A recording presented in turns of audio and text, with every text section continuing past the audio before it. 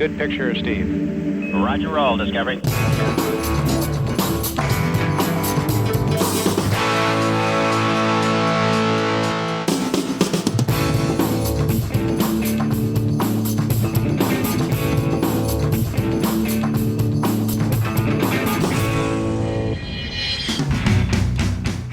Cette semaine, deuxième partie de notre spécial 10 ans de l'iPhone. Retour sur la genèse du téléphone d'Apple. Mais qui a donc soufflé à l'oreille de Steve Jobs l'idée de lancer un téléphone? Comment fut-il développé dans le plus grand secret à Cupertino? Retour également sur la saga de l'App Store. Bon anniversaire l'iPhone. Bonjour à tous, soyez bienvenus dans le studio d'On refait le Mac, dans le studio 42 qui nous accueille chaque semaine et qui forme les futurs talents de l'attaque. Je vous rappelle que vous pouvez nous retrouver en plus de notre chaîne préférée sur Dailymotion sur notre chaîne YouTube. N'hésitez pas à vous abonner. Vous pouvez nous télécharger si vous aimez podcaster l'émission sur iTunes en une version HD et une version audio. Vous pouvez également vous abonner. Et enfin, si vous aimez les réseaux sociaux, n'hésitez pas à vous abonner au compte On refait le Mac sur Twitter, au compte On refait le Mac sur Facebook et aussi à notre groupe pour échanger et commenter nos vidéos. Il y aura pas mal à commenter cette semaine. Et j'oubliais bien sûr l'application iOS pour regarder On refait le Mac sur iPhone, sur iPad et depuis quelques semaines, quelques mois maintenant, sur Apple TV pour le regarder sur l'écran du salon. Avec comme chroniqueur cette semaine, j'ai beaucoup de chance en plateau, la tout cœur de cette émission, mademoiselle Fanny Bouton. Bonjour Fanny. Bonjour Olivier. Ça va bien? Eh bien écoute, ça va bien. Alors en fait, tu as passé ta journée à l'école 42 aujourd'hui. Eh oui, parce que je donnais des cours aujourd'hui. Ils ont de la chance, les élèves de l'école 42, dis donc. Enfin, c'est quoi? C'est HEC, c'est ça? C'est HEC 42. Ah ouais. On a ce qui s'appelle la majeure digitale. Alors tu es sévère avec eux ou... Très. Ou tu joues à Pokémon entre deux cours? Ah ça, je le fais aussi, mais il n'y a pas beaucoup de Pokémon à 42. Bon. Mais non, je suis très sévère. Ouais. Ils pitchent pour préparer leur start-up. La prochaine fois, j'arriverai un peu plus tôt et puis je mettrai une petite caméra. On enverra ça en direct sur Facebook. Soyez au rendez-vous. Autre historique d'On refait le Mac, il s'agit bien sûr de Monsieur X, cet ancien responsable d'Apple qui avance. Comment dire? Visage masqué. Bonjour Monsieur X. Bonsoir Olivier. Moi, j'étais pas à l'école 42 aujourd'hui. J'étais beaucoup plus sage et j'ai regardé pendant une bonne heure, les yeux dans les yeux, fonctionner une imprimante 3D. Il était temps. Il va mieux tard que jamais, monsieur. Non, mais j'en avais déjà vu, Fanny. Et là, j'ai regardé un nouveau modèle d'une société qui s'appelle Dagoma, qui est une société française. Oui. Dagoma, comme le système? Ouais. Alors, Dagoma avec un M, pas avec un B, mais ça se rapproche. Ouais. Et qui fait des imprimantes 3D à monter soi-même, en kit, mais quand même avec une précision in fine de 100 microns. C'est pas cher, ça vaut entre 200 et 300 euros. Les bibliothèques d'objets disponibles gratuitement sur Internet sont devenues absolument dingues. Et les résultats, l'imprimante a sculpté, enfin a imprimé pour moi une tentacule imitation bois. Le résultat est devenu totalement incroyable. Voilà, ce qu'on peut faire en 3 quarts d'heure avec une imprimante 3D pour 200 euros aujourd'hui, c'est juste fascinant, je dirais même... c'est un peu obsédant, comme un bon feu de cheminée, mais c'est plus tech. Bien, mais, on a hâte de voir les résultats. Tu nous enverras les impressions que tu as fait donc en 3D. On est curieux de voir les résultats. Merci Monsieur X. Et autres habitués, le partenaire média de cette émission, on va quitter Paris, on va aller du côté de la Suisse et du côté de Mac Forever et de notre ami Didier Policani. Bonjour Didier. Salut Olivier, tu vas bien? Ça va bien? Alors tu skis, tu es venu tu as mis tes pots de phoque pour venir ce matin? Non mais je boude en ce moment parce que mon nouveau MacBook Pro, ça fait 1 mois qu'il est à l'Apple Store en réparation. Ouais. Et voilà. Tu sais quoi Didier? Je comprends pas tout. Depuis des 2 mois. Didier, tu sais quoi? Pour te plaindre, regarde ta caméra. C'est mieux. Pense à regarder ta caméra. Bon, écoute, on va voir ce qu'on peut faire. Je ne suis pas sûr qu'à la fin de cette émission, on soit très copains avec Apple. Pourtant, on les aime beaucoup. Mais bon, passons. Autre ami, autre chroniqueur de ORLM, il s'agit bien sûr de Gonzague d'Ambricourt, que vous avez l'habitude de suivre avec nous chaque semaine dorénavant. De Bouche Cousue. Bonjour Gonzague, ça va bien? Ça va, ouais. Et toi? Oui, Je voulais préciser à Olivier, il y a le câble de tes écouteurs qui a l'air coupé. Oui, mais j'ai pas d'écouteurs. Des chanceux qui a des AirPods. Je suis un peu jaloux. Non, ça va, tout va bien. Et enfin, dernier invité, un spécialiste de tout l'écosystème du mobile. Il s'agit de Christophe Romeilly de Service Mobile. Bonjour Christophe. Bonsoir Olivier, salut. On ne pouvait pas faire l'impasse sur toi pour une émission consacrée à l'iPhone, bien sûr. Eh ben, c'est sympa, merci. Et enfin, comme on va beaucoup parler de l'iPhone et notamment de l'App Store, ce soir nous avons convié avec nous un développeur, il s'appelle Thomas Jossoin du studio Lunabi. Bonjour Thomas. Salut Olivier, salut tout le monde. Alors, Lunabi, en quelques mots, tu peux nous expliquer tes récents développements? Je crois qu'il y a de l'actualité en ce moment.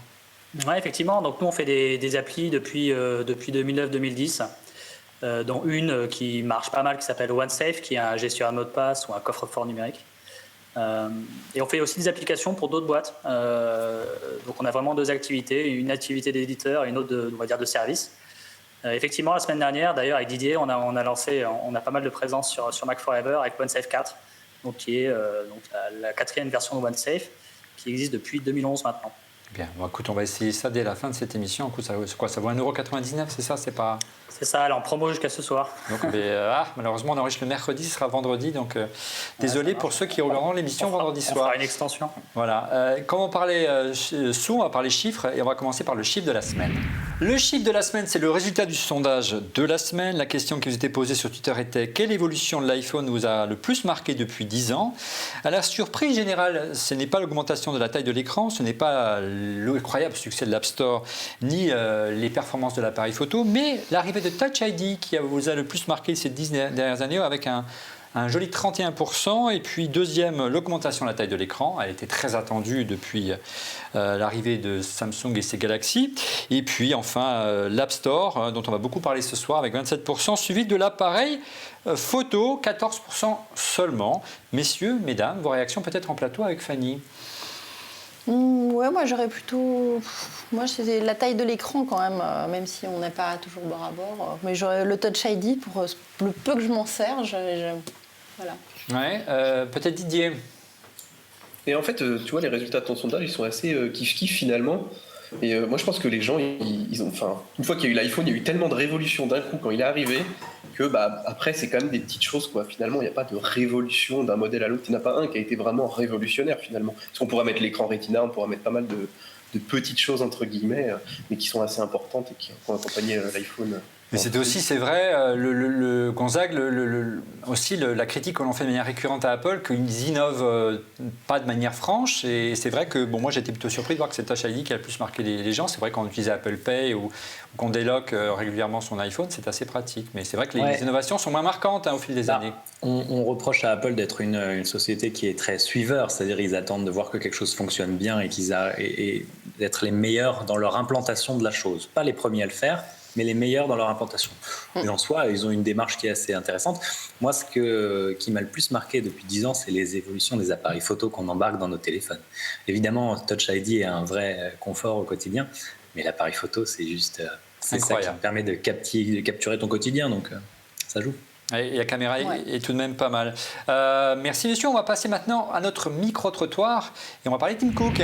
Vous le savez, Tim Cook cette semaine était en France. Pour l'occasion, nous allons rejoindre Clément Lano qui se trouve devant l'Apple Store de l'Opéra à Paris comme d'habitude.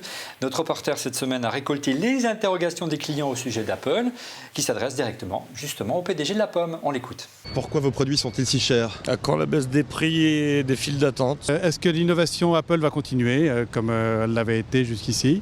Comment ils ont eu l'idée de créer tous ces produits en fait? Ma question aurait été essayer d'être un peu plus patriotique dans les pays dans lesquels vous vendez vos matériaux, vos appareils. Ce serait bien qu'ils payent aussi des impôts en France. Quand on voit le peu de tarification qu'il peut y avoir en part d'imposition, c'est dommage. Comment il fait pour avoir des téléphones qui se déchargent aussi vite? Un peu dommage de devoir se balader avec son chargeur. Oui, je l'ai dans ma poche, moi le mien. Donc, Pourquoi il ne veut pas payer d'impôts en France alors qu'il génère un chiffre d'affaires important en France? Et il me semble que c'est la moindre des choses de payer des impôts où on était. Ce qu'il faut dire, ce qui est important, c'est que les produits soient fabriqués localement.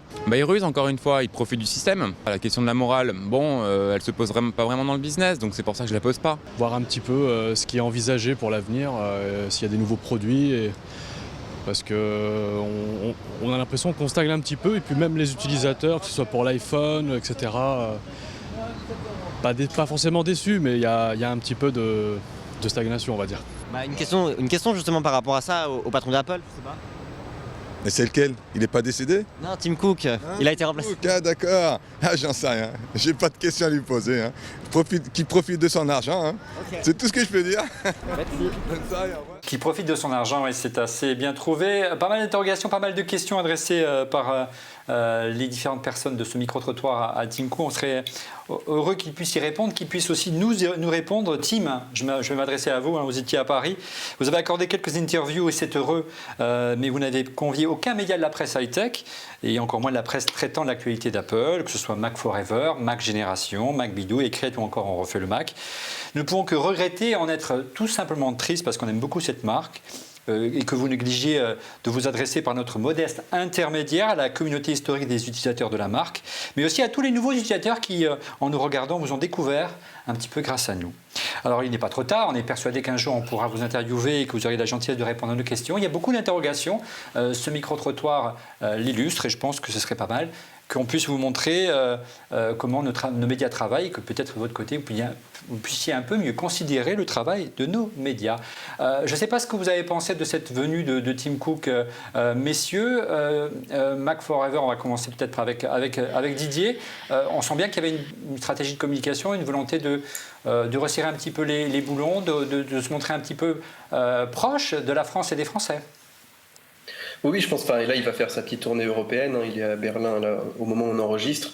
Donc, c'est vraiment une tournée de communication. Il souhaite aussi mettre en avant, je pense, un certain nombre de choses. Il a sélectionné des développeurs, des gens qui ont participé en fait à tout ce succès de l'iPhone, des gens qui font des belles photos avec, des gens qui développent des super applis. Moi, je suis comme toi. J'aurais bien aimé effectivement qu'il ait un petit mot pour cette communauté qui soutient quand même la marque, qu'il a soutenue pendant les moments difficiles. Et c'est vrai qu'on est un petit peu oublié ces dernières années, on est quand même rarement invité, voire plus du tout invité, ce qui est un peu dommage. Moi, on est triste parce qu'on aime beaucoup la marque et je pense qu'on n'est pas là que pour poser les questions qui fâchent aussi, mais créer vraiment un lien avec les gens qui utilisent les produits. Oui, comment vous informer, comment créer un lien, comment créer, je dirais, une relation de proximité lorsqu'on n'a aucun lien avec une marque, c'est parfois un petit peu compliqué. Et c'est juste dommageable, on était simplement triste pour cela. Monsieur X, peut-être une réaction, vous qui avez fait partie d'Apple pendant de longues années. Écoute, c'est une évolution qui est assez logique.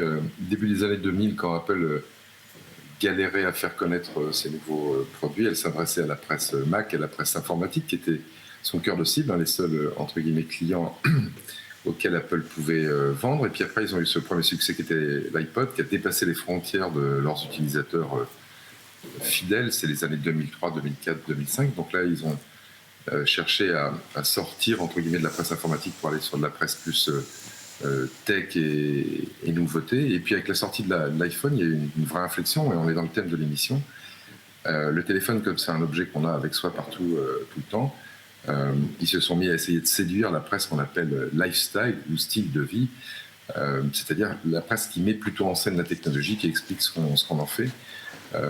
Et puis aussi, les médias de masse, parler au plus grand nombre pour vendre au plus grand nombre. Donc aujourd'hui, parler à la presse IT, technologique, quand la presse technologique aborde les choses par l'angle du produit, et à la presse Mac, pour eux, ça n'a pas d'importance.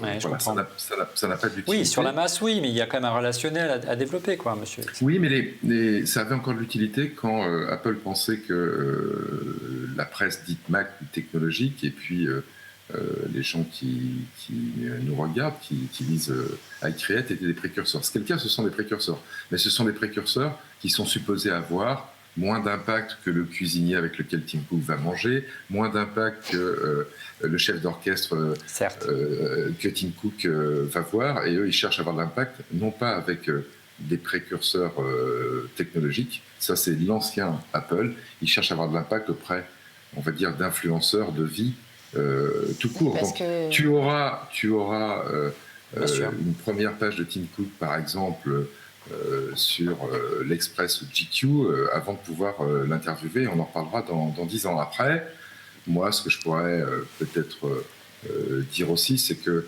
je pense qu'il y a peut-être, si ce n'est une différence de traitement entre la presse techno aux US et en Europe, en tous les cas, il me semble qu'aux États-Unis, de mon point de vue, la presse technologique n'a pas forcément beaucoup plus évolué ou dramatiquement plus évolué que cette même presse techno en Europe. Et la presse techno est conviée aux événements Apple aux États-Unis. Apple va même embaucher des gens pour faire sa communication dans ses organes de presse. C'est mal barré, monsieur X. Voilà. Et côté Europe, on dirait que la barrière s'est refermée en 2007. On n'arrive pas, et tu n'arrives pas à imaginer des choses avec eux, alors qu'il y a plein de choses à dire sur cette marque. C'est dommage, et un jour, ça risque, si Apple est dans un plus mauvais pas de leur tomber sur le nez, et puis ça peut leur tomber sur le nez aussi un peu tout court quand les gens seront lassés. Mais est-ce que c'est pas justement parce que la France et l'Europe c'est une tranche déjà qui est plus petite. Parler à la presse américaine, tu parles à beaucoup plus d'Américains que... Oui, la presse high-tech américaine draine déjà beaucoup plus de monde que... Voilà, c'est plus global, c'est lu à l'international. Oui. Même les jeunes bilingues, maintenant, ils vont plutôt regarder des journalistes américains que des journalistes français, parce que les productions... Oui, surtout si donc voilà, on voit... C'est le serpent qui se mord la queue, Fanny, parce que si les journalistes français ne peuvent pas sortir des infos ou avoir simplement un accès tech auprès des grands, je ne parle pas simplement de Tim Cook, auprès des grands acteurs de la tech parce qu'on est trop petit, que c'est toujours les Américains qui sortent les infos, la presse tech française va disparaître. Oui, ce serait quand même dommage. Et c'est pas un caprice, c'est juste qu'on veut exister, qu'on veut vivre, qu'on se casse. La première à essayer d'avoir un maximum de rapports avec on se casse la tête pour avoir de l'imagination, pour faire des émissions, pour faire des sites internet, pour faire des magazines. Et c'est juste dommage que on ne prend pas ce travail en considération parce que c'est quand même dommage. C'est un bel écosystème. C'est des gens qui, je pense, je ne mets pas en avant, mais les gens qui travaillent en tout cas à Ecriette, à Mac Génération, à Mac Forever, à Mac Bidou, des gens compétents et de talent et qui méritent un peu de considération. C'est tout. Bref, on va avancer, on va revenir aux 10 ans de l'iPhone, à ce bel anniversaire. On va commencer par sa genèse. Alors, qui a eu l'idée folle de glisser à l'oreille de Steve Jobs de lancer un téléphone? Eh bien, c'est qui, Fanny, à ton avis? Qui a eu cette idée? Johnny Ive peut-être? Phil Schiller? Alors là, je ne sais pas du tout. Eh bien non, figure-toi, c'est un informaticien français. Il s'appelle Jean-Marie Hulot. C'est un ami, un proche de Steve Jobs qui l'a convaincu d'opérer le virage du mobile il y a quelques années en travaillant dans le plus grand secret sur ce projet depuis Paris. On va en parler dans un instant avec Monsieur X. Oui, c'est à Paris où était basée la première cellule où a été développée l'iPhone. On a eu la chance de le recevoir il y a quelques années dans l'épisode 62 d'En refait le Mac. Cela ne nous rajeunit pas.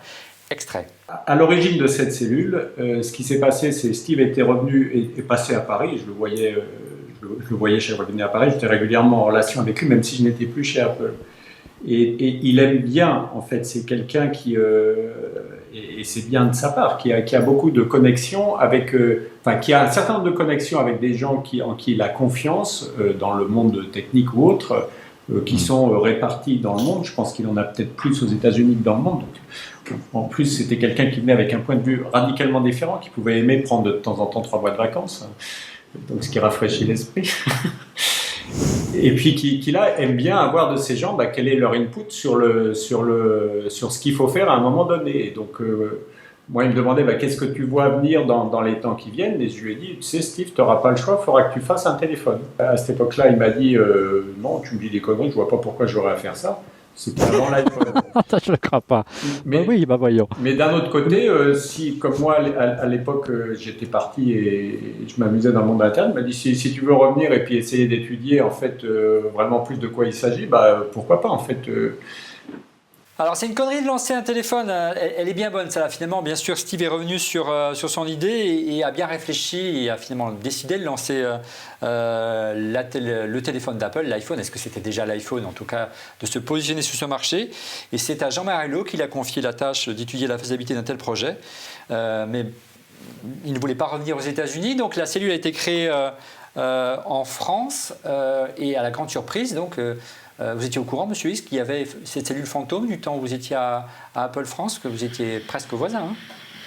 Alors, je savais que Jean-Marie Hulot existait, mais alors ce que faisait Jean-Marie Hulot, j'en avais absolument aucune idée.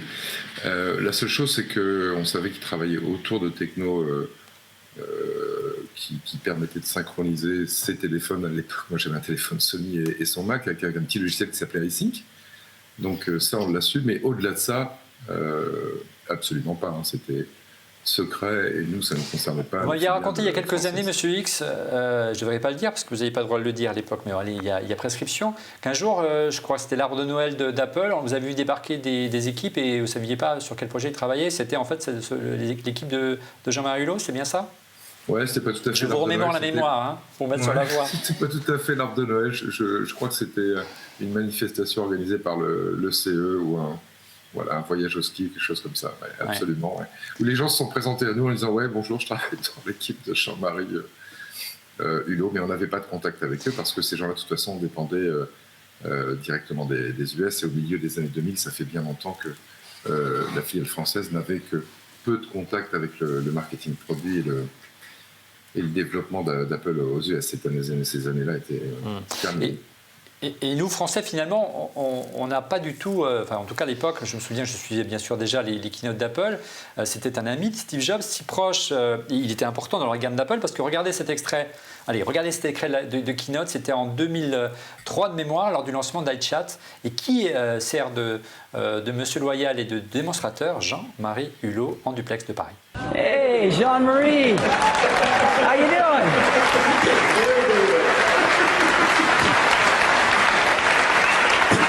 Jean-Marie, you are the first international iChat we've ever done. Would you like to say anything to the audience here? First I would say it is great for me because I will have to go less to the US to see you, Steve. I like that. Okay. Well, thank you, Jean-Marie.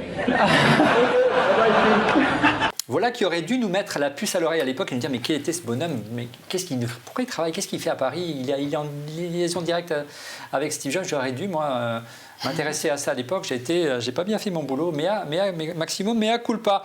Alors, on l'a dit, les deux hommes étaient proches et c'est même assez étonnant que quand on connaît le culte du secret d'Apple, il laisse une équipe en dehors de Cupertino travailler sur un projet aussi stratégique. Comment il avait convaincu Steve Jobs et comment ça s'était passé? Voilà ce qu'il nous avait répondu Jean-Marie Hulot à l'époque.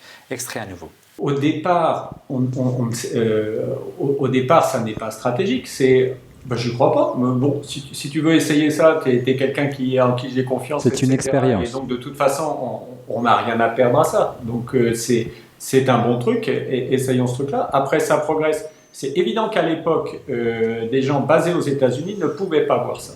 La montée en fait du téléphone et de l'importance du software dans le téléphone ne pouvait être visible que par des gens qui étaient, à moins d'être complètement visionnaires, et de raisonner à partir de rien. Mais il fallait avoir contact avec l'Europe et l'Asie, et le Japon en particulier, pour se rendre compte, attention, c'est en train de complètement basculer. Et donc, une société comme Apple qui s'oriente en fait vers le gadget, etc. L'iPod est arrivé dans la même année où je suis arrivé chez Apple. Ouais. Aux États-Unis, il n'y avait pas une culture de la téléphonie mobile. Il faut se souvenir des Motorola à l'époque, qui étaient très en retard. Même, il y avait pas. On a vu plus tard avec l'iPhone, la 3G est arrivée plus tard aux États-Unis qu'en Europe. Pas notamment. du tout. C'est aussi la raison. Pardon, la culture américaine. Souvenez-vous, regardez les séries télé. Oui, c'est le pager. Ouais. C'est le pager. Je t'envoie un petit message sur un device que tu as à la ceinture et tu prends un téléphone sur ton bureau et tu rappelles. Et je rappelle qu'aux États-Unis, on paye quand on reçoit un coup de fil. Hein. Pardon, oui.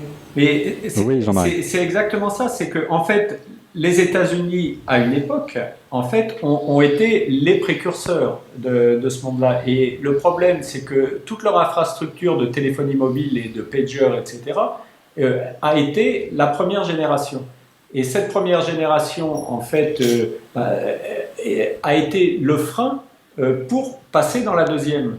Parce qu'ils étaient habitués à un truc et ils croyaient que c'était le mieux. Et en plus, ils avaient construit tout un réseau et quelque chose qui coûte cher, etc., qui ne pouvaient pas supporter la deuxième génération. Parce que les pays qui sont partis après, ils sont tout de suite partis avec des choses qui étaient d'une génération d'après, et ils sont allés beaucoup plus vite. Et c'est étonnant ce que dit Jean-Marie Hulot, Christophe. Effectivement, l'Europe, l'Asie était vraiment en avance en matière d'Internet mobile, en matière de téléphonie par rapport aux États-Unis.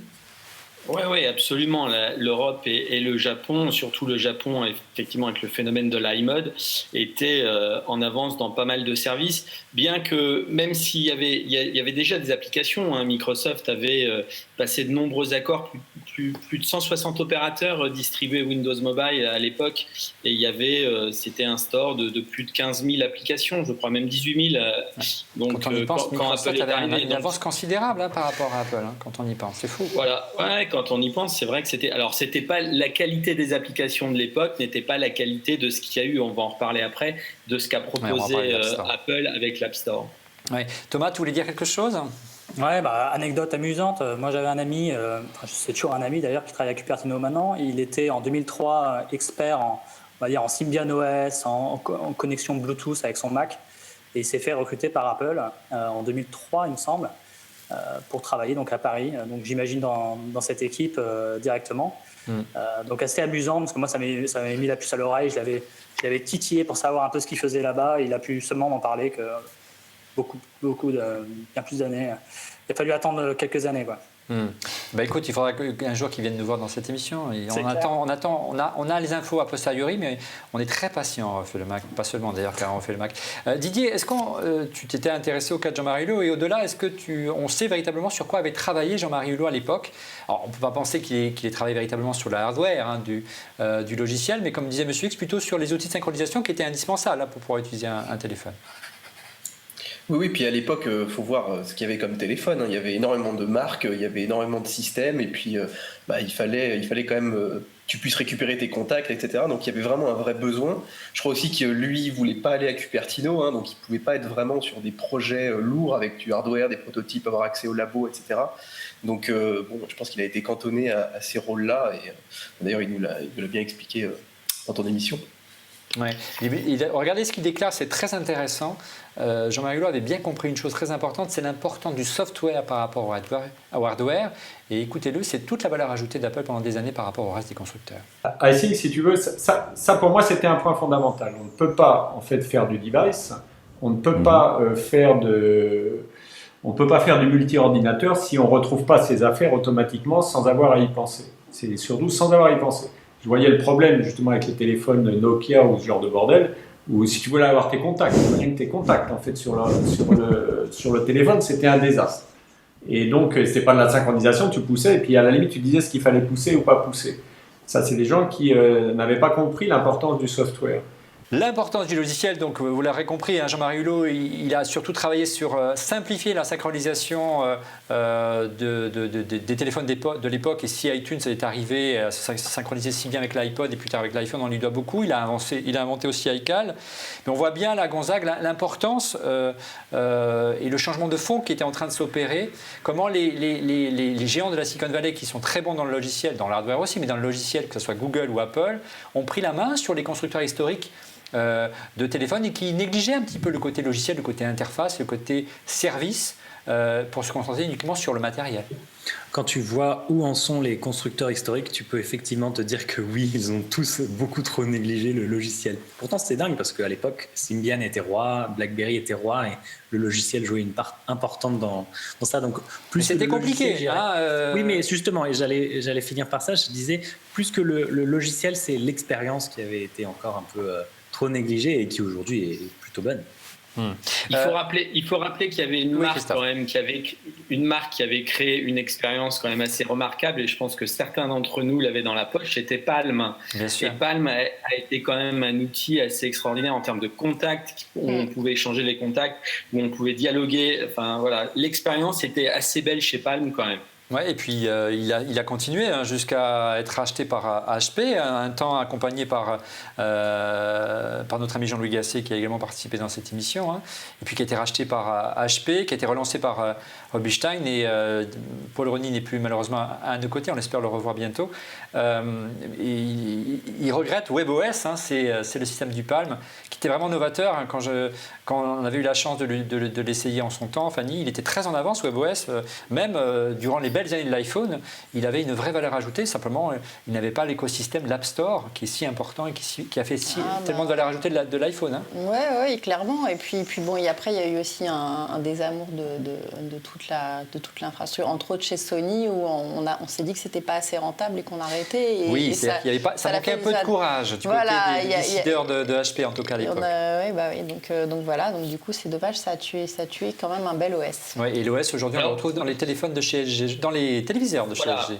Oui, dans les téléviseurs de chez LG, qui est une superbe expérience d'ailleurs. Voilà, comme quoi Palm n'est pas complètement mort. À l'époque, c'était difficile de prendre une décision de lancer un iPhone, d'autant plus que ça risquait de tuer la poule aux odeurs d'Apple. C'était, souvenez-vous, l'iPod. C'est plutôt rare, monsieur Hiss, qu'une marque décide comme ça de prendre le risque de tuer son produit star, qui a carrément lancé Apple et redoré le blason d'Apple auprès du grand public. Je pense de l'iPod. C'est vous, entre autres, qui l'avez lancé en France. C'était inévitable, selon vous, qu'Apple s'allance sur ce marché ? Évidemment. Une fois de plus, ça a été dit, Apple était même plutôt en retard. Donc c'était tout à fait inévitable. Apple ne l'aurait pas fait, Apple serait morte, tout simplement. Voilà. Donc c'était en même temps du risque pour la manière dont ils l'ont fait, mais d'un point de vue purement, il faut y aller. Voilà, ils ont fait un peu comme tout le monde. Une fois de plus, ce que fait Apple et que ne fait pas les autres, c'est de pouvoir casser un marché existant et de le renverser, parce que le nom de Nokia, je crois, a été prononcé ce soir. Ils ont foutu par terre des gens comme le leader mondial, Nokia, qui régnait sur 450 millions de téléphones vendus tous les ans. C'est ça qui était impensable et c'est ça le vrai exploit. Mais c'est quand même plutôt rare, monsieur Hiss, qu'un leader d'un marché, comme était à l'époque, les chiffres de vente tournaient la tête de l'iPhone. On est très loin de l'iPod, on est très loin des chiffres de vente de l'iPhone. C'était beaucoup moins, mais déjà à l'époque, c'était considéré comme un business énorme. Tout le monde avait des casques blancs. Je me souviens que les murs de San Francisco s'habillaient vraiment, c'était l'objet iconique. C'est plutôt rare qu'une entreprise, elle a sabordé l'iPod. Elle a décidé de le tuer année après année, en stoppant petit à petit le renouvellement. Là, on n'entend quasiment plus parler. C'est pas évident qu'une entreprise décide comme ça, dans une culture d'entreprise, de dire mais on va arrêter, on prend le risque de tuer notre core business et lancer un nouveau. C'est un risque énorme. Et là, on voit peut-être encore une fois l'importance d'un Steve Jobs dans un conseil d'administration. Oui, mais je pense pas que, si tu veux, que ce soit le truc qui était le plus difficile à imaginer en termes de vision. Je crois que je l'ai déjà dit, mais ça tient aussi un petit peu d'évidence, quoi. Ouais. Pourquoi quelqu'un aurait deux produits avec lui en permanence, un iPod et un téléphone qui fait aussi iPod, plutôt qu'un seul produit qui est un téléphone qui fait iPod. Donc tu vois, c'était inévitable et ça s'est imposé comme une évidence. Par contre, ce qu'Apple a fait, c'est qu'ils n'ont pas essayé de protéger trop leur marché de l'iPod. Ils ne se sont pas freinés, je veux dire, sur les innovations qu'ils ont introduites avec l'iPhone pour protéger le marché de l'iPod. À partir du moment où ils ont décidé d'aller sur l'iPhone, ils sont allés sur l'iPhone. Et puis ils ont spécialisé l'iPod, ça a été plutôt une bonne nouvelle, sur un segment de marché, ce qu'on appelle les primo-accédants, c'est-à-dire les enfants. Bon, les enfants en dessous de 10-11 ans, ils n'ont pas encore de téléphone. Par contre, ils veulent écouter de la musique sur des produits plus simples et des produits moins chers. Donc ils ont décalé le produit vers le bas. Et aujourd'hui, il y a toujours des iPods qui se vendent. Plus beaucoup, mais il y a toujours des iPods qui se vendent. Donc c'était une décision, mais elle était obligatoire. Hein. Donc à mon avis, pas très difficile à prendre. Et puis donc finalement, Steve Jobs décida pas d'écarter Jean-Marie Hulot, mais vu l'importance du projet au sein de Cupertino, de rapatrier le projet aux États-Unis et d'abandonner la cellule fantôme en France. Et Jean-Marie Hulot a fini par s'écarter d'Apple, de démissionner. Et le projet a vogué de ses propres ailes et a été repris notamment par les équipes de développement de l'iPod, pas seulement. Il y a eu pas mal de guéguerres à l'époque. On y reviendra plus tard après le busomètre. Allez Gonzague, quel est le busomètre, les rumeurs qui ont le plus buzzé autour de la planète Apple cette semaine? Alors, la rumeur number one avec seulement 2 étoiles, c'est le nouveau connecteur Apple UAC Ultra Accessory Connector. Il serait censé débarquer, mais on ne sait pas vraiment ce qui va se passer. C'est un connecteur à 8 broches. Va servir? Qu'est-ce qu'il y a? À quoi qui va servir? Telle est la question. Voilà, à quoi qui va servir? Telle est la question. Ça permettrait de recharger notamment des accessoires. Et écoute, si ça venait vraiment à voir le jour, ce serait très compliqué entre le Lightning, l'USB-C, le Thunderbolt 3. C'est trop. Le USB, micro USB, ça va être chou bouillant. Ça va être sympa. Voilà. Ça a été démenti, cette rumeur-là. Oui. C'est pour ça qu'on lui a mis que 2 étoiles, mais on ne le savait pas au moment où on a mis 2 étoiles. Bon, après, parfois, ils démentent des choses qu'ils font vraiment. Mais... Ouais. On va voir, on aura la réponse encore une fois dans les semaines ou les mois qui viennent. Deuxième rumeur, Gonzague. Alors, deuxième rumeur avec beaucoup d'étoiles. Une puce ARM dans un Mac. Alors ça, c'est quelque chose qui revient quand même assez souvent. C'est quand même la rumeur qui revient plusieurs fois par an, l'intention que Apple aurait de s'émanciper de Apple. Mais là, c'est un peu différent, Gonzague. On parle de la future puce qui remplacerait le T1, qui pourrait gérer non seulement la Touch Bar, mais aussi peut-être d'autres choses et venir soulager un petit peu la puce Intel. Tu y crois ce scénario ? Pourquoi pas, ouais. Mais je sais pas, parce que en fait, actuellement, on est quand même dans un truc d'intégration où tout se fait autour du processeur. Donc, c'est du boulot de développer quelque chose en parallèle. Mais les experts en électronique ne sont pas dans mon bureau ni dans ma tête. Oui, parce que la puce ARM, elle est déjà, rappelons-le, déjà dans le MacBook Touch Bar, elle gère la Touch Bar. Ouais. Et oui, c'est la même puce que l'Apple Watch. C'est encore un peu buggé pour l'instant. Ouais. Autre rumeur, oulala, non, ne dis pas ça. Autre rumeur, troisième rumeur, Gonzague. Alors, la troisième rumeur avec 3 étoiles, et pourtant on pourrait même lui en mettre plus, c'est des MacBook Pro Kaby Lake. Pourquoi ? Parce que dans le code source de macOS 10.12.4 ont été trouvées des traces qui pourraient y faire penser des références à cette nouvelle génération de MacBook qui suivrait la dernière génération de MacBook Pro Touch Bar. Donc probabilité assez forte finalement. Et des 2 dernières rumeurs, Gonzague ? Alors, des lunettes connectées avant de la fin de l'année avec une probabilité assez basse. Là encore, c'est quelque chose qu'on a déjà vu et qu'on a même déjà abordé la semaine dernière, si je ne me trompe pas, sur réalité virtuelle, réalité augmentée, l'intention d'Apple de s'y lancer. Et puis les dirigeants d'Apple en avaient déjà parlé. Alors maintenant, est-ce qu'ils vont lancer ce produit ? J'en doute un peu. Et dernière rumeur ? Dernière rumeur de nouveaux iPads en mars, celle-ci est la plus probable. On annonce de nouvelles tailles d'iPad, un nouvel iPad Pro, etc., etc. De toute façon, ils vont renouveler cette très belle gamme de produits, donc ça, j'y crois dur comme fer. Merci Gonzague, on se retrouve la semaine prochaine pour le prochain Busomètre. En attendant, on revient à la genèse de l'iPhone et on va s'intéresser vraiment à son développement au sein de Cupertino et la concurrence entre les 2 équipes de l'époque, entre Tony Fadell et Scott Forstall. Alors Fanny, au début du lancement de l'iPhone, en lisant la bio de Steve Jobs, j'étais très surpris de voir que ce n'était pas forcément les équipes du Mac ou les équipes de l'iPod ou du futur iPhone qui étaient en charge de son développement, mais l'équipe de l'AirPort, le réseau sans fil. Après tout, c'est du sans fil, c'était du réseau. Et puis très rapidement, c'est Tony Fadell qui a été, comme c'était le papa de l'iPod, qui a été pris en charge. C'était le succès du moment. Mais Didier, ils ne sont pas forcément d'accord. Si on lit la bio de Steve Jobs, il raconte qu'il a mis en concurrence Tony Fadell et Scott Forstall, qui était un petit peu l'étoile montante à l'époque d'Apple. Moi, j'ai tendance à plutôt croire la version de Steve Jobs parce qu'il a toujours aimé ça, en fait, mettre en concurrence les gens. Et rappelle-toi, au début, quand il faisait le Mac, il y avait le Lisa d'un côté. Enfin, ils ont toujours eu, en fait, ces 2 approches parce qu'ils avaient besoin, je pense, d'une mauvaise approche pour trouver la bonne et pour montrer qu'un truc marchait pas. Et motiver les troupes, en les mettant en concurrence. Exactement, et aussi. C'est pas et une deuxième raison, c'est que Forstall apparemment, c'est assez compliqué de travailler avec lui, donc j'imagine mal lui et Fadell, qui est aussi une personnalité assez forte, vraiment travailler main dans la main. Il y avait 2 choix.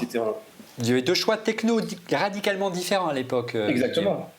On avait d'un côté en fait les interfaces de l'iPod qui étaient assez bien trouvées, parce qu'il y avait cette petite molette qui te permettait en fait de naviguer dans une hiérarchie de menus qui fonctionnait bien, mais l'iPhone c'est quand même un projet, un système beaucoup plus compliqué, et Forstall lui avait une approche vraiment tout tactile, très très novatrice, donc c'est lui évidemment qui a gagné à la fin. Et d'ailleurs quand on voit les petites vidéos qui traînent sur on va la diffuser d'ailleurs, vas-y.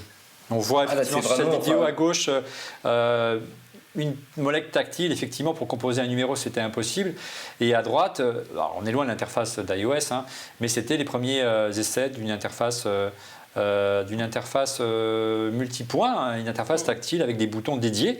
Mais plus récemment, dans une interview, ce qui est plus étonnant, une interview à la BBC, Tony Fadell est revenu sur cette période et il a affirmé que les 2 projets n'ont jamais été en concurrence, je le cite, et que les équipes avaient travaillé de concert sur les 2 projets. Il en résultat simplement parce que l'iPod, évidemment, on ne pouvait pas composer de numéro avec, ils ont vite fait le constat, mais ils avaient travaillé sur ce projet de molette tactile. Pourquoi ? Parce qu'ils voulaient faire aussi un iPod tactile avec un écran qui se pilotait de manière traditionnelle avec une molette tactile. Donc ça, c'est la version de Tony Fadell. On espère qu'un jour, il viendra nous raconter ça dans cette émission. On y travaille.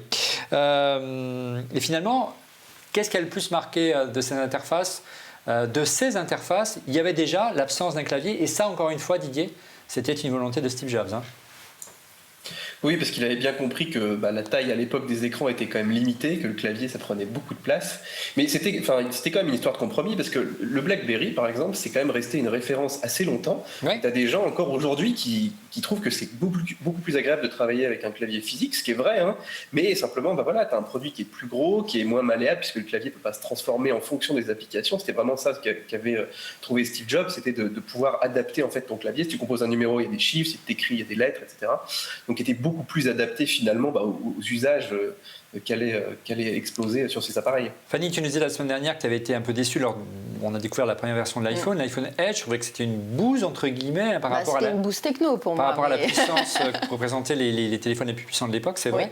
L'absence du clavier, qu'est-ce que tu en avais pensé? C'était assez étonnant comme choix, le clavier qui s'adapte à tes besoins, il affiche tes chiffres quand tu as besoin de chiffres, les chiffres du majuscule ou des majuscules, voire des symboles. C'était assez malin et c'était assez culotté, parce que l'ensemble des ingénieurs et designers d'Apple étaient vent debout contre Steve Jobs. Et il avait raison. Oui, non, mais c'était hyper intéressant de voir par contre cette nouvelle fonctionnalité arriver, parce qu'en effet, il n'y avait que les BlackBerry qui avaient un clavier physique qui permettait vraiment de taper des mails rapidement, parce que sinon, souvenez-vous, fallait faire, pour avoir un B, il fallait appuyer 3 fois sur une touche.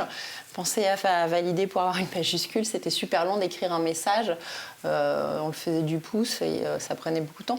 Donc là, avoir un nouveau clavier, c'était bien. Après, on s'est vite rendu compte quand même, justement, professionnellement, même maintenant on le voit, BlackBerry va re-annoncer un nouveau téléphone là. Et d'après les images que j'ai pu en voir, il y a toujours ce fameux clavier physique qui revient. C'est la marque de fabrique de oui, mais ils l'avaient fait sauter un moment. Ils ont été nuls en interface tactile, ils n'ont pas réussi. Et le marché n'a pas pris, ça a été une de leurs erreurs. Et on les voit revenir. C'est-à-dire qu'en entreprise, il y a toujours ce segment de gens, je ne sais pas, les juristes, les gens qui écrivent beaucoup des mails très très longs, qui ont toujours du mal avec le pavé tactile, y compris celui de l'iPhone, même s'il il s'est beaucoup amélioré. On n'écrit pas de la même façon. Et donc, voilà, ils reviennent finalement à leurs premières amours. Ouais, c'était un sacré pari et ça montre que ce n'était pas si évident à l'époque parce que les interfaces tactiles n'étaient pas aussi réactives que celles d'aujourd'hui, que celle qui est apparue en 2007 en multitouch sur l'iPhone. Et c'était un sacré pari. Il fallait absolument que l'interface tactile fonctionne. C'était un sacré pari. À l'époque, on a beaucoup parlé de l'interface de l'iPhone, comment elle est née, parce que la valeur ajoutée, elle est essentiellement là. Mais le design, l'hardware a aussi son importance. On aborde ça dans le prochain chapitre. Alors, on a beaucoup parlé du clavier. Mais le clavier, qu'est-ce qu'il n'y en a pas dans l'iPhone? C'est quoi le design de l'iPhone, Fanny? C'est avant tout un grand écran. Ça tranchait vraiment avec le design de l'époque, par rapport aux différents modèles de Motorola, de Nokia. C'était franchement différent. Clairement, parce qu'à part les assistants numériques, les PDA à l'époque, tu n'avais pas de grand écran comme ça. Il y avait toujours un bout de clavier physique quelque part. Et voilà. Et sinon, en plus, il y avait le fameux stylet. Donc là, voilà, c'est complètement différent. On avait peu d'infos, Gonzague, sur la manière dont c'est produit la genèse du design. On pensait que Johnny Ive avait eu les pleins pouvoirs et qu'il avait reçu la lumière. C'était un peu plus compliqué. Et en fait, on s'aperçoit qu'il y a beaucoup travaillé, beaucoup recherché des formes jusqu'à trouver... arriver sur ce design du premier iPhone.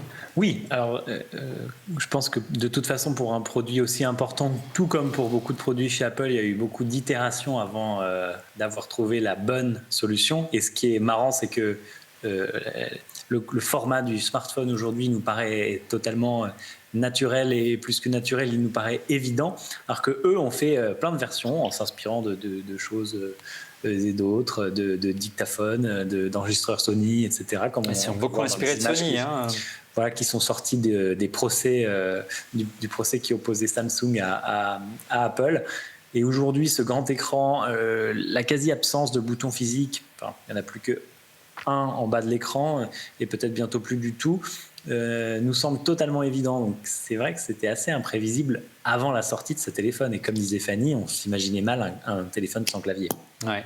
Et on voit que tu l'as dit que Johnny Ive s'est beaucoup inspiré de Sony. Ça a été d'ailleurs, tu l'as dit, le cheval de bataille, la ligne de défense de Samsung parce qu'il était attaqué par Apple pour avoir copié le design de l'iPhone. Regardez, les téléphones d'Apple se sont beaucoup inspirés de Sony. Regardez cette image, il y a même écrit non pas Sony au dos, mais Johnny comme un hommage au travail de Sony de l'époque. Mais en fait, c'est un peu plus compliqué que ça. Mais on peut penser, monsieur X, de manière concrète, qu'Apple a un petit peu instauré le form factor des smartphones modernes.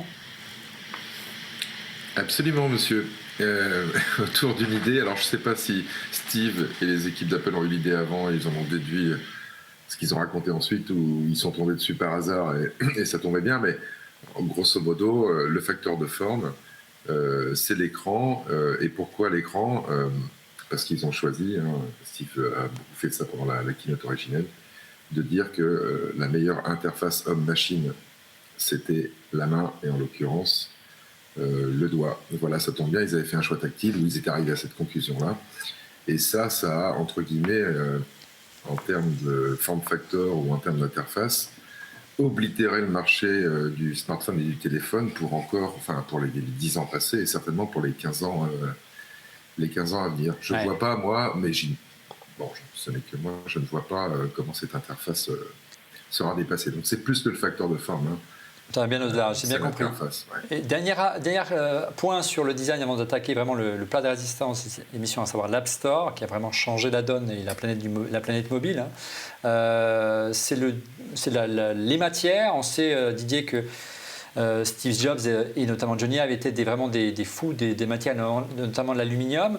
Il s'est beaucoup cherché, et l'aluminium, ce n'est pas forcément une matière qui est vraiment à l'origine compatible avec la diffusion des ondes, et on a vu qu'il a pas mal galéré. La première version de l'iPhone, elle a très vite été abandonnée parce qu'effectivement son châssis en aluminium, c'était pas forcément l'idéal. Oui, puis rappelle-toi, donc le premier iPhone, il y avait une partie plastique justement pour laisser passer ses antennes, et ça les a suivis quasiment jusqu'à l'iPhone 4, là, quand il y avait l'antenne à gate.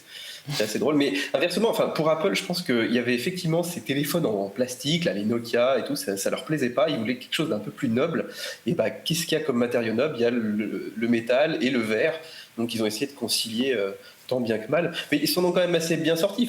Au final, on a quand même eu des très beaux produits qui mixaient justement plusieurs matériaux. Donc ça leur a apporté des contraintes qui ont aussi les a obligés à travailler pas mal leur design. On est très impatient de voir le prochain iPhone, à quoi il va ressembler, effectivement, et quelles matières vont être adoptées. Si on va continuer sur le verre, les dernières tendances, ce serait plutôt du 100% verre. Ou alors la céramique.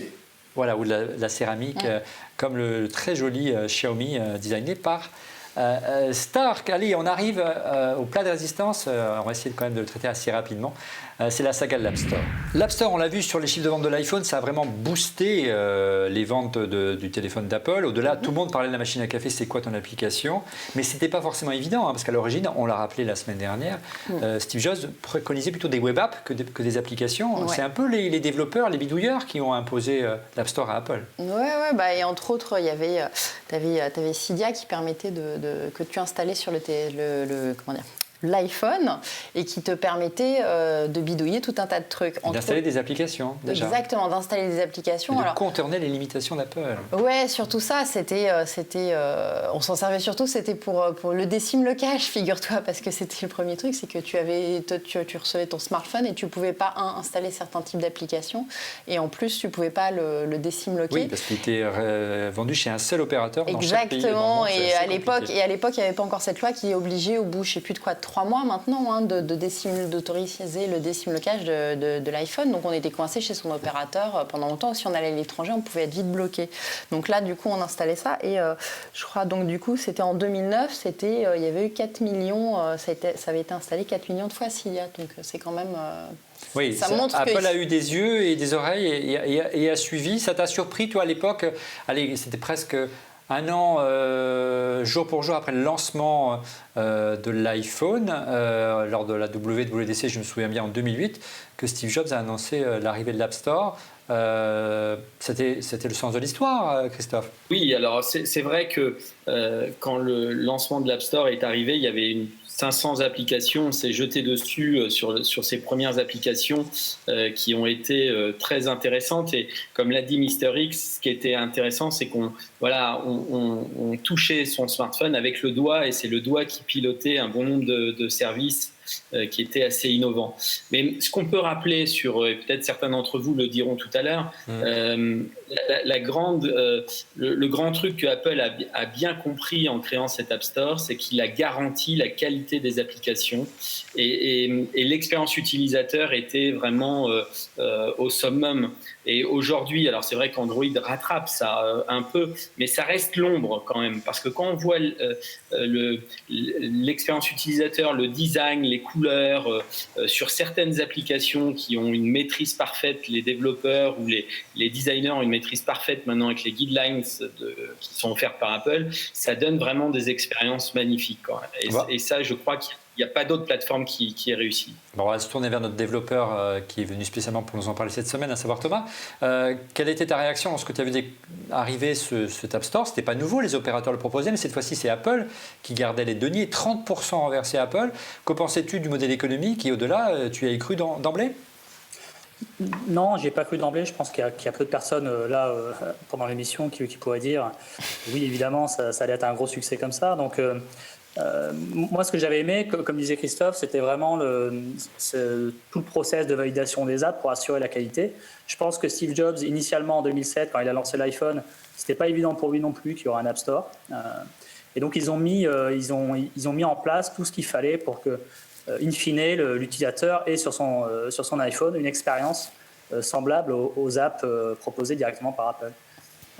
Donc effectivement, et côté Android, on commence à le voir. Je pense qu'ils commencent enfin à comprendre chez Google de l'importance justement de la validation de la qualité de l'app, de l'expérience, de ce que va avoir l'utilisateur sur son smartphone. Didier, on a beaucoup reproché, il y a d'ailleurs un procès en cours aux États-Unis pour le monopole de l'App Store, pour la distribution des applications sur l'iPhone, un procès envers Apple, des utilisateurs qui considèrent qu'ils aimeraient pouvoir télécharger des applications sur d'autres stores, comme le fait Android ou comme le fait avec Samsung ou chaque fabricant de téléphone ou presque de téléphone Android. Mais c'est vrai que ça a eu un impact très fort sur la qualité des applications qui sont validées par Apple. D'un autre côté, on peut avoir le coup près inverse. On dit non et on peut rien faire, Didier. Oui, puis c'est drôle parce que je pense qu'à la base c'est parti d'un vrai caprice de Steve Jobs au début. Il voulait pas lâcher du tout son iPhone, donc il voulait pas qu'on installe des applis. Après il a dit ok, on peut en faire, mais c'est sous condition. Alors après l'idée d'imaginer qu'il y ait des App Store tiers, c'est un truc qui était complètement fou. Mais aujourd'hui on arrive quand même à un problème où je dirais qu'Apple est quand même un peu jugé parti. On le voit là sur le domaine de la musique, il peut y avoir quasiment. La concurrence est très difficile sur la musique, puisque quand Spotify arrive sur l'App Store, il faut qu'il reverse 30% de ses abonnements à Apple. Ça pose un problème. Complètement fou, quand il pense. Pour donner un petit exemple amusant, nous, une fois, on a fait valider une appli, puis, je sais pas, sur notre application, donc on publie tout le temps des rumeurs, et il y avait en pleine page une rumeur sur le prochain iPhone, et on a été refusé parce qu'on parlait des rumeurs d'Apple. Et quelque part, si Apple commence à valider la presse en fonction de leur point de vue sur la société, aujourd'hui c'est vrai que c'est problématique, mais on peut aussi se poser la question, est-ce que Apple est vraiment en situation de monopole? Aujourd'hui Android quand même domine le marché. Est-ce qu'ils ont vraiment suffisamment de part de marché pour parler de monopole? Après tout, c'est une boutique privée sur des téléphones privés.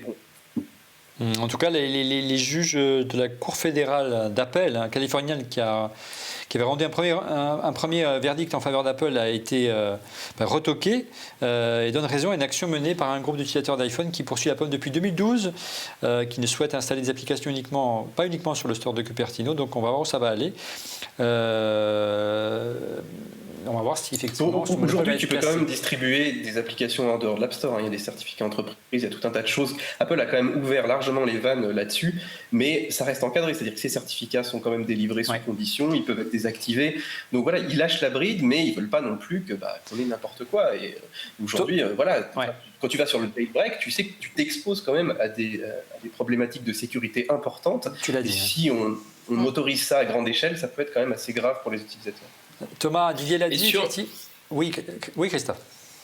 Oui, je voulais rebondir sur ce que tu disais sur le reversement, 30%. Moi, je verrais plutôt l'autre chiffre, qui est 70% reversé aux développeurs, qui était assez innovant à l'époque.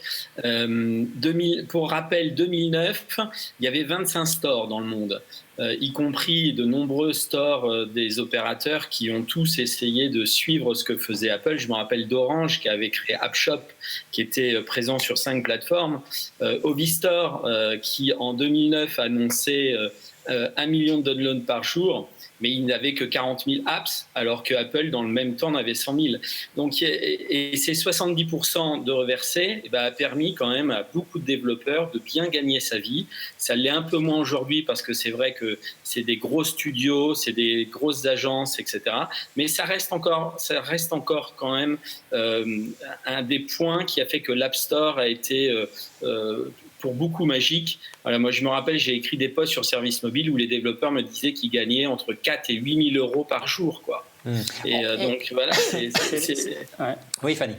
Comme moi, je me souviens que l'App Store, en tout cas, une des premières choses qui m'avait fait le regarder bizarrement, c'était Google Maps. Hein. C'était ces premières applications qui n'étaient pas de chez Apple, mais qui permettaient de faire vraiment des choses utiles, et qui marchaient bien. Et puis, on se souvient quelques aussi... années plus tard, ça. Oui, mais c'est ce qui a fait que ça a commencé à vraiment prendre de l'ampleur chez le grand public, et des jeux, et on se souvient tous de la folie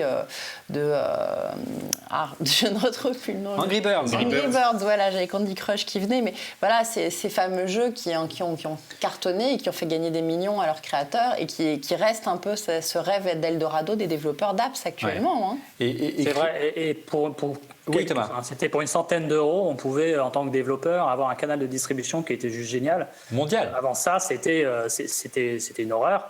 Ouais. Donc pour une centaine d'euros, on pouvait devenir une star à l'époque. Avec effectivement, il y avait quelques milliers d'apps sur le store. C'était possible d'être mis en avant et d'avoir ce côté un peu magique de. Je suis un développeur dans mon garage et mon app est téléchargée plusieurs. Oui, parce que ça pouvait être très simple. Donc en chiffres, ça a donné quoi? Ça a donné au bout de 10 ans 1 000 milliards de dollars. Merci à Christophe, c'est lui qui nous a trouvé ces chiffres. 1 000 milliards de dollars générés en l'espace de 10 ans, hein. C'est considérable. Hein. 60 milliards versés aux développeurs, tu l'as dit, Christophe.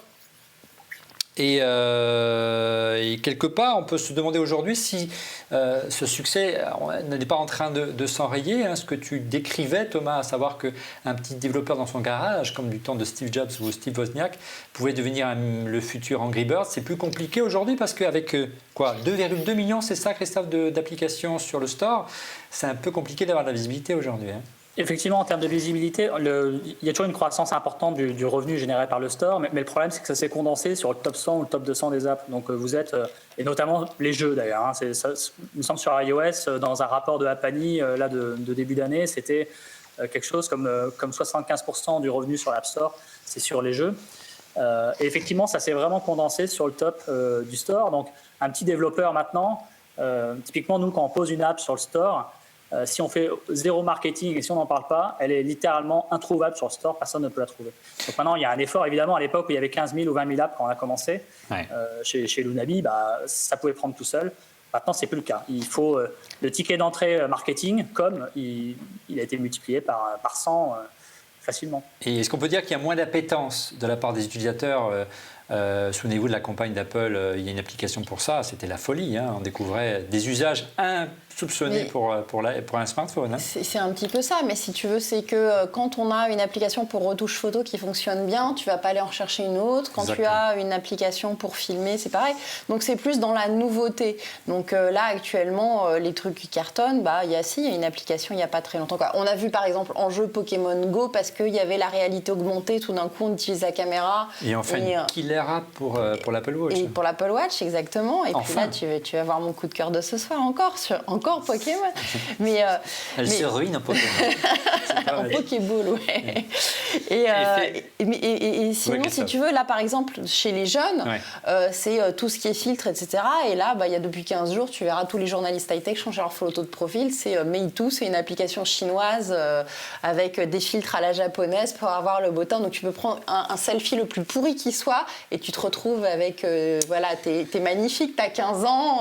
Ça marche pour les studios sur fond vert, on va voir si ça marche. Écoute, je sais pas, mais là, tu vois, ils viennent de rajouter, il y a une nouvelle application, c'est carrément, tu te filmes avec les filtres et donc t'as plus besoin de te maquiller le matin et tout, tu pars faire ton reportage et t'es au top de la hype du kawaii, quoi. Ouais. Christophe, pour conclure, tu avais quelque chose à dire encore? Oui, sur les téléchargements, tu disais, est-ce qu'il y a moins d'appétence?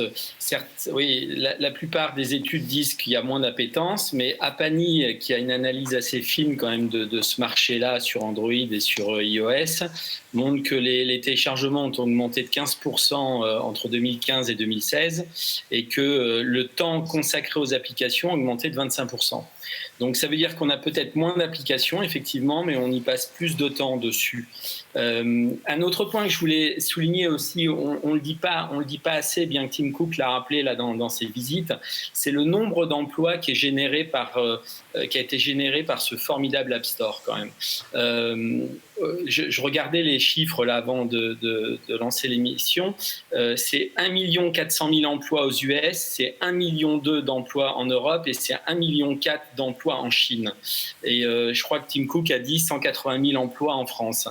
Donc tu vois, c'est quand même... C'est quoi l'écosystème des développeurs autour de l'App Store? Voilà, c'est tous les métiers autour de l'App Store, autour de iOS, qui font que ça a été une véritable révolution. On a parlé de Pokémon Go, c'est une usine à cash aussi. Il faut savoir qu'en une journée, Pokémon Go, son record, c'est 18 millions de dollars, quoi. Voilà, il y a des trucs comme ça. Quand Nintendo fait 40 millions de téléchargements en seulement 4 jours, aujourd'hui, il n'y a pas d'autre plateforme qui fait ça. Je suis désolé, ça n'existe pas. Pour conclure sur l'App Store avec Thomas, qu'est-ce qui manque aujourd'hui selon toi sur, j'allais dire l'iTunes Store, mais parce que j'utilise parfois encore iTunes, mais l'App Store, je suis frappé, moi, quand je fais la difficulté de faire des recherches sur l'App Store. Je ne sais pas ce que tu en penses. Quand on tape un mot dans Google et qu'on se trompe d'orthographe, il a l'intelligence d'aller chercher la bonne application et de diriger vers iTunes. Si par malheur tu tapes une mauvaise orthographe dans iTunes, tu es perdu. Ça mériterait clairement une belle mise à jour du moteur de recherche, justement pour pouvoir découvrir plus aussi, pas que uniquement se baser sur la partie éditoriale de l'App Store. Donc un moteur de recherche avec des suggestions, des recommandations un peu plus avancées. Ouais. Et quand on pense aujourd'hui, tout le monde le dit, et Tim Cook l'a dit encore à Paris récemment, que l'avenir c'était plutôt l'intelligence artificielle. Sur ce point-là, l'intelligence artificielle de l'iTunes Store, il y a beaucoup à dire. Ils sont vraiment en retard, Apple, sur le... elle est très artificielle, c'est ça. Elle est très artificielle, bien vu. Christophe, je crois que tu vas devoir partir. On te dit à bientôt. Ouais, à bientôt. Bonne soirée à tous. Tu reviens quand tu veux. Merci okay, Christophe. Avec plaisir. À bientôt. Salut. Dernier mot peut-être avec Monsieur X pour conclure sur l'App Store. La tendance, si on en croit plutôt les dernières infos auprès d'Apple, c'est que Apple plutôt inciterait les éditeurs à mettre la main à la poche pour mettre en avant leur application, et ça c'est plutôt dommage. Ça nous rappelle plutôt Google. Il y a de petits profits. Olivier, ce formidable écosystème qu'Apple développe notamment dans l'App Store, il leur rapporte 30%, et puis comme c'est devenu tellement important pour plein de gens, des développeurs, des entreprises, autant le vendre une deuxième fois. Et puis en plus, on l'a dit, le moteur de recherche n'est pas génial. Donc une bonne manière de faire de l'argent, c'est de faire payer les éditeurs pour être placés dans les fameux billboards. Ça, c'est une première manière de faire. Donc il y a eu ces essais-là. Et puis il y avait eu un autre essai dont on parle moins, qui est un service d'Apple qui s'appelait iAds, c'est-à-dire la capacité sous contrôle d'Apple à pouvoir mettre de la pub en respectant une certaine charte graphique dans ses applis, et on passait par la régie publicitaire d'Apple, qui est née avec cet écosystème et qui est morte. Ouais. Voilà, donc là, quand Apple a trouvé une recette, vraiment, il les sort jusqu'au bout. Bon, je pense qu'ils ont trouvé à peu près leur équilibre aujourd'hui, et que la nouvelle source de revenus qu'on a vu apparaître il y a quelques années qui satisfait les développeurs, c'est ce qu'on appelle les achats à l'intérieur des applications. On est passé de ce modèle qui était application gratuite d'abord à application gratuite et application payante. C'était un peu manichéen, le tout ou rien. Et maintenant, le vrai modèle, c'est j'installe une application gratuite et puis je peux acheter pour aller plus vite dans l'application, avoir plus de services, des modules, voire les modèles... ce modèle encore adopté récemment par Nintendo pour Mario Run. Et je crois que tout le monde est content et que ça marche extrêmement bien, et qu'Apple est en train de dupliquer ça sur l'Apple TV. Oui, effectivement, Monsieur X, tu as raison. Et au-delà, tu disais qu'Apple essorait ses concepts jusqu'au bout. On va voir dans le prochain chapitre jusqu'où ira l'iPhone. En conclusion de cette émission, on ne pouvait pas revenir sur le formidable succès de l'iPhone. L'iPhone en chiffres, regardez, en 10 ans, il s'est vendu 1,2 milliard d'iPhone. C'est considérable. Jamais un produit électronique n'aura connu un tel succès. Et si vous rajoutez tout l'écosystème iOS, à savoir l'Apple Touch, l'iPad, l'Apple Watch et l'Apple TV, ce chiffre dépasse les 1,42 milliard d'unités. C'était vraiment inimaginable en 2007 lorsque ce petit téléphone tactile est arrivé, Monsieur X. La question est toute simple, on va la poser à chacun d'entre vous. Croyez-vous qu'Apple peut encore continuer à progresser d'année en année comme elle l'a fait quasiment ces 10 dernières années? On commence peut-être par Fanny en plateau. Bah écoute, oui, moi je crois que s'ils s'en donnaient les moyens un petit peu, là ils se reposent sur leur laurier un peu trop à mon goût, sur le design et sur certaines choses techno, mais ça a toujours été. Mais je pense vraiment qu'ils pourraient vraiment encore continuer à innover et à sortir des choses. Voilà, on voit des nouveaux composants qui arrivent depuis quelques années, qui peuvent être intégrés dans les smartphones en général. Il n'y a pas encore beaucoup de constructeurs qui ont dégainé, à part Samsung avec leurs écrans courbes. Et en plus qui sont du coup un peu bananés parce que du coup il y a d'autres composants qu'ils ont oubliés dans la batterie. Voilà, ils ont montré qu'ils allaient faire beaucoup mieux avec une très belle pub d'ailleurs, je trouve qu'ils rebondissent très bien Samsung. Mais je pense vraiment qu'Apple a encore des cartes à jouer dans ce domaine-là et peut encore améliorer. Voilà, donc non, moi je crois encore qu'ils pourraient nous faire plaisir et pas que sur le smartphone d'ailleurs. Ouais, tu crois au scénario que le prochain iPhone, Gonzague, sera un iPhone de rupture ? C'est ce qu'on se dit et ce qu'on s'est dit dans nos précédentes discussions, c'est que c'est quand même le modèle anniversaire, c'est un modèle où ils veulent marquer le cap, où on espère notamment des petites choses comme la charge par induction, mais aussi un nouveau design et aussi des choses qui vont repositionner l'iPhone comme un produit un petit peu unique, puisque pour l'instant, ce qui le rend unique, c'est la marque et ils se font plus facilement dans le reste de ce qui se fait. Didier, de ton côté, Apple peut encore progresser selon toi ?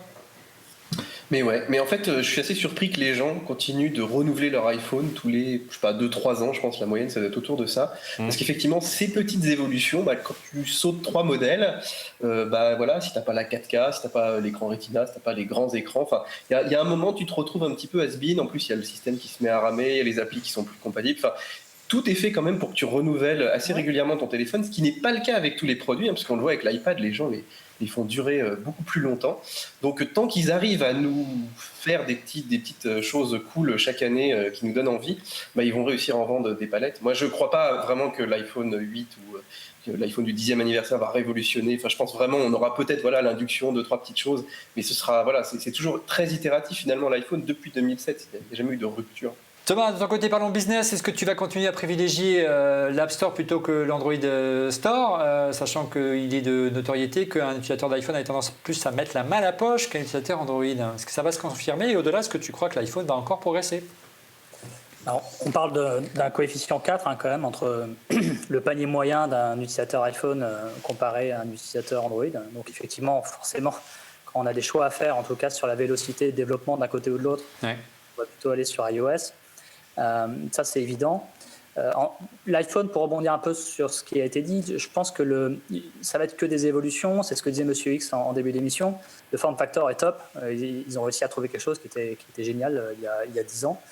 C'est que des évolutions, un meilleur écran, Touch ID, etc. Moi, ce que j'attends particulièrement, c'est la batterie. J'en ai marre d'avoir des fichiers de batterie. J'en ai un sac plein. Donc ça, c'est vraiment la révolution que j'attends, c'est avoir plusieurs jours d'autonomie. Techniquement, je pense que c'est faisable. Et j'aimerais bien que là, ils se réveillent cette année ou l'année prochaine. Merci Thomas. On termine peut-être avec Monsieur X sur tes souhaits, ta wishlist pour le prochain iPhone. Est-ce que tu crois qu'il va encore pouvoir progresser Alors, est-ce que l'iPhone en tant que tel va pouvoir... En fait, tu poses la mauvaise question, Olivier. Est-ce que l'iPhone va progresser le produit ? Excuse-moi, la réponse est je pense que non. Bon, on ne va pas faire des cours de marketing produit, mais l'innovation, elle peut venir de 3 choses. Du business model, ça, Apple a déjà innové avec l'App Store, et puis tu peux aussi acheter un iPhone en leasing aux États-Unis.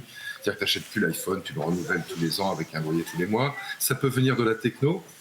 Alors là, Apple peut encore un peu innover parce qu'ils ont leur propre microprocesseur, mais la plupart de l'innovation technologique qui va arriver dans les iPhones, elle est connue parce que ça vient de leurs partenaires et fournisseurs.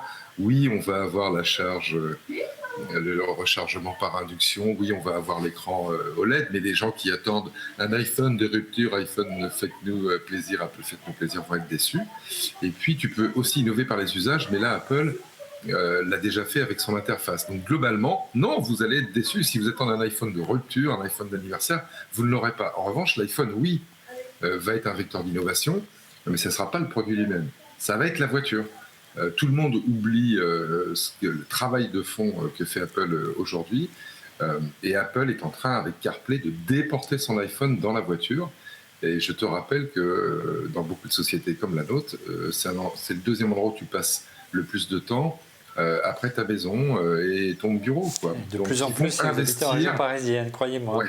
Voilà. Et si tu regardes certaines voitures, tu peux aujourd'hui les mettre en sans fil, ça lance CarPlay. Il y a des premières versions de CarPlay sans fil. Il y aura bientôt des versions de CarPlay sans fil avec l'iPhone par induction. Tu le jetteras dans ta voiture et ton iPhone est déporté sur l'écran de ta voiture. C'est ça qu'ils sont en train Monsieur X, on va voir ça en mois de septembre. Et ça commence, ça a déjà commencé, ça va se renforcer cette année. Et pour tous les gens qui développent des applis, je ne saurais que trop leur conseiller de se jeter là-dessus. Parce que là, les usages sont très très larges à inventer. Les voitures commencent à être connectées. Les dernières pubs de voitures parlent de Wi-Fi dans les bagnoles. Donc la connexion à Internet n'est plus un problème. C'est là que l'iPhone va se renouveler. Ouais, il faudra juste faire attention au conducteur qui ne regarde pas trop l'écran quand même, hein, Monsieur X. Voilà, ça arrive au terme de ce 252e épisode d'En refait le Mac. Mais avant de conclure définitivement, place à nos coups de cœur. Les coups de cœur, on commence tout de suite avec Gonzague. Alors mon coup de cœur, c'est une application qui s'appelle Moom, qui coûte $10, qui permet de redimensionner, repositionner les applications sur son Mac selon des raccourcis ou selon certaines détections. Par exemple, quand il détecte qu'on vient de brancher 2 écrans externes, il rétablit le layout qu'on avait précédemment. Je trouve ça très pratique parce que je me suis offert les 2 écrans LG 5K Ultra Fine et donc j'ai beaucoup de fenêtres à positionner et ça le fait tout seul. Voilà. Bon, très bien. Est-ce que tu veux m'adopter, Gonzague? Je peux t'adopter, mais je ne te donnerai pas d'argent. Je suis un peu trop vieux pour toi. Merci, Gonzague. De ton côté, Didier, quel est ton coup de cœur ce soir? Alors, attends, si j'arrive à le choper, il est là. Il n'y en a pas beaucoup encore en France. C'est le nouveau disque Bolt 3 de LaCie, qui est même le seul, je pense, à faire du Thunderbolt 3. Donc avoir des débits de folie. Alors ça s'adresse pas à tout le monde parce que ça fait 2 Tera, ça coûte quasiment 3 000 €. Le design est sympa. Pour les professionnels de la vidéo comme tes monteurs là, qui sont derrière la caméra, qui travaillent en RAW, RED 8K bien sûr. Et c'est vraiment un petit bijou. Donc voilà, c'est les premiers à le faire, ils sont très très bons là-dedans, c'est très fiable, c'est très rapide. On a publié un petit test sur Mac Forever très complet. Voilà. On ira voir ça et effectivement on peut monter, c'est déjà le cas avec le Thunderbolt 2 mais encore plus vrai avec le Thunderbolt 3, même plus vite avec un disque dur externe, presque un disque interne. C'est incroyable ce qu'on arrive à faire aujourd'hui avec le Thunderbolt 3, j'exagère sur le plus vite mais on y arrive presque. Thomas, c'est ça? Oui Thomas, oui j'ai oublié Thomas. Quel est ton coup de cœur? Alors nous, comme on fait des apps dans les Alpes, je pouvais que vous parler de View Ranger Skyline, qui est en gros de la réalité augmentée sur, vous êtes en pleine rando, vous voyez des sommets en face de vous, vous avez envie de savoir ce que vous êtes en train de voir. Donc en réalité augmentée, vous avez le nom des différents sommets. Donc super sympa et donc je le conseille à évidemment tous les randonneurs. Oui, c'est bien. On parle d'ailleurs dans le dernier numéro. Ça marche partout. T'as les numéros d'iCreate, ouais, ça marche sur les principaux sommets du monde entier, c'est assez remarquable. Bon choix, Thomas. Monsieur X, de votre côté? Eh ben, écoute, moi c'est assez simple, c'est une application pour iPhone, puisque c'est les 10 ans de l'iPhone. Ouais.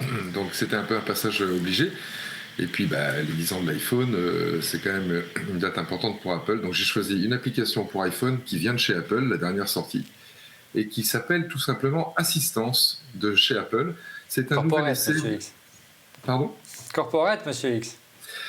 Corporate, oui. Alors tu sais que ça m'intéresse aussi dans mon métier d'aujourd'hui à moi que j'ai d'après Apple. Hein, je fais ce qu'on appelle de la transformation digitale d'entreprise. Je prends des entreprises qui n'étaient pas digitales pour les amener vers le digital. Et il y a du boulot, Monsieur X. Il y a du boulot. Il y a du boulot. Ouais, mais comme on dit, la transformation digitale, on peut en parler, mais il faut la faire pour comprendre ce que c'est en détail. Et effectivement, il y a du boulot. Et Apple essaye, là, avec cette application Assistance d'Apple, de renouveler un petit peu le genre. Hein. Il y a, dans la relation client, il y a un truc qui émerge, qui est le messaging, qui est de dire, on va essayer de rentrer en contact avec nos clients, ou de laisser nos clients rentrer en contact avec nous à travers la chose qui est l'usage le plus naturel sur le smartphone, qui est le SMS ou le messaging. Et ça, c'est un pas qu'essaye de faire Apple. Donc, ils ont sorti une application dédiée. Alors, assez simple, hein, si vous avez un compte, vous devez en avoir normalement, hein, si vous avez un iPhone, un compte iCloud, vous voyez tous les produits que vous avez enregistrés dessus, et puis vous pouvez naviguer à travers une arborescence assez simple qui démarre sur ce produit, sur, alors non pas de l'autodiagnostic de votre produit, mais ce qu'on appelle les questions-réponses les plus simples pour vous aider à dépanner votre produit. Ça aurait peut-être pu aider Didier avec son MacBook Pro. Et à la fin, c'est ça qui est bien, c'est que pour la première fois sur smartphone, Apple a intégré, alors non pas du messaging, mais du live chat dans l'appli. C'est très très bien fait d'un point de vue expérience utilisateur. Là, on a des spécialistes d'applications, allez le voir. Chatter avec un conseiller Apple. Vous allez voir que l'expérience de chat est extrêmement bien faite. Et puis ce qui est vraiment sympa aussi, c'est que même, moi je l'ai testé, s'ils vous font faire des tests et que ça vous oblige à redémarrer votre iPhone, si vous avez une panne avec votre iPhone, vous relancez l'application, votre historique est là, vous repartez où vous en étiez. Et puis, ce que c'est bien faire Apple, et c'est une des raisons pour lesquelles j'achète encore leurs produits, c'est qu'ils ont une qualité de service absolument au top et que vous attendez en moyenne moins de 15 secondes pour avoir un agent par chat. Donc, la meilleure manière de contacter le support d'Apple, c'est cette appli. Et ils peuvent même prendre pour vous rendez-vous dans un App Store. Alors par contre, Monsieur X, moi j'ai testé avec justement la réparation de mon MacBook Pro. Parlons-en. Et on ne peut pas suivre cette réparation encore. Ton fameux On peut le faire sur le site, mais pas dans... Je crois qu'on a compris qu'il était en panne. Mais ça doit être hyper frustrant d'avoir acheté un touch bar et de ne pas pouvoir en profiter. Fais comme moi, reste sur l'ancien modèle. Mais surtout, il y a les nouveaux qui arrivent bientôt, alors tu vois... Oui, dépêche-toi vite peut-être qu'ils vont te donner le nouveau, qui sait. Non, on peut rêver. Fanny, ton coup de cœur? Alors moi j'en ai deux, donc je les ai cités déjà dans l'émission. Mais donc il y a Meitu qui est une petite application, donc c'est MEITU. C'est vraiment pour, tu fais des selfies et tu peux te rendre super beau, belle, tout ce que tu veux. Mais tu n'as pas besoin. Regarde la différence, tu vois. Ouais, ça change tout. Là, j'ai 15 ans, là, j'en ai 45. Et ouais, mais pour les réseaux sociaux, c'est super important. Donc, n'hésitez pas. Les filles, les garçons, c'est un peu plus difficile parce que ça met du maquillage et tout. Mais bon, on ne sait jamais, vous pouvez essayer. Il y a plein de filtres pour améliorer le teint, virer les rides. Je vais essayer alors. Et surtout, donc, l'application. Marche pour les cheveux aussi, non oui, si, tu peux. Il y a aussi un peu. Autodérision, c'est important, autodérision. Et surtout, donc l'application de la semaine, la grosse évolution, c'est Pokémon Go, parce que Pokémon Go, il y a la version Saint-Valentin qui a déboulé ce mercredi soir et qui va durer jusque le 15 février, donc le lendemain de la Saint-Valentin. Ça dure pas longtemps. La version Saint-Valentin, c'est-à-dire au lieu d'aller de charmer ta tendre ou ton tendre, tu vas aller chasser les Pokémon. Je vais aller chasser le Pokémon, comme j'ai plus de tendre, ça m'arrange bien. Donc des Pokémon roses dans tous les coins, 2 fois plus de bonbons à ramasser. Dieu sait que c'est important pour le chasseur de Pokémon. Des œufs à faire éclore parce qu'il va y avoir beaucoup plus d'œufs qui vont être pondus avec des petits Pokémon roses dedans. Donc profitez-en. Moi, je pars de ce pas. C'est à télécharger dès ce soir. Voilà. Et si vous voulez chasser les Pokémon avec Fanny, vous envoyez un mail à contact@onrefaitlemag.com et on fera suivre, bien entendu. De mon côté, un coup de cœur, c'est bien plus terre à terre, mais c'est lié à la thématique de l'émission. C'est un accessoire pour iPhone. C'est tout simplement un dock, le dernier dock de chez Belkin, le Powerhouse. Il coûte assez cher, il vaut une centaine d'euros. Mais pourquoi j'ai sélectionné celui-ci? Il y a plusieurs raisons. La première, c'est qu'il permet de recharger l'iPhone. Vous le savez, mais également l'Apple Watch. Alors, c'est pas nouveau, il y a d'autres docks qui font ça, mais généralement, il est nécessaire d'utiliser le MagSafe, le chargeur magnétique qui est livré avec l'iPhone. Là, il est pré-intégré, donc c'est déjà une économie, entre guillemets, que vous faites. Vous pouvez utiliser le câble pour recharger au bureau ou ailleurs. Autre point intéressant, c'est qu'il intègre à sa propre alimentation électrique, donc vous n'avez pas besoin de balader et d'installer une alimentation électrique pour l'iPhone et pour l'Apple Watch, donc ça fait moins de câbles sur la table de chevet. Et enfin, il est vraiment très bien conçu. Pourquoi? Parce qu'on peut regarder le connecteur en hauteur. Ça fait que si vous avez simplement une housse sur votre iPhone, vous pouvez vraiment garantir qu'il soit chargé, parce que le connecteur a tendance à mal rentrer lorsque vous avez une housse. Et puis, il est monté sur une goupille, donc vous pouvez également faire varier l'épaisseur de votre iPhone et charger en toute tranquillité. Donc, c'est vraiment le nec plus ultra, on peut le dire, aujourd'hui des docks pour iPhone. Ça s'appelle le Belkin Powerhouse. C'est un peu cher, 100 €. Mais ça vaut le coup. Voilà, nous sommes arrivés au terme vraiment de ce 252e épisode de Refait-le-Hack. Merci de l'avoir suivi. On se retrouve, j'espère, dès la semaine prochaine. C'est un petit peu compliqué peut-être pour nous la semaine prochaine. Ne vous en voulez pas si on n'est pas là. Soyez pas étonnés si on est obligé vous oblige à regarder 2 fois la même émission, de regarder, il y en a 252, vous avez de quoi faire. Et merci à nos chroniqueurs, merci à tous et à toutes d'avoir participé. Didier, Monsieur X, Christophe qui est déjà parti, Gonzague. Et Thomas, tu reviens quand tu veux. Avec plaisir. Quant à nous, on se retrouve la semaine prochaine. Au revoir.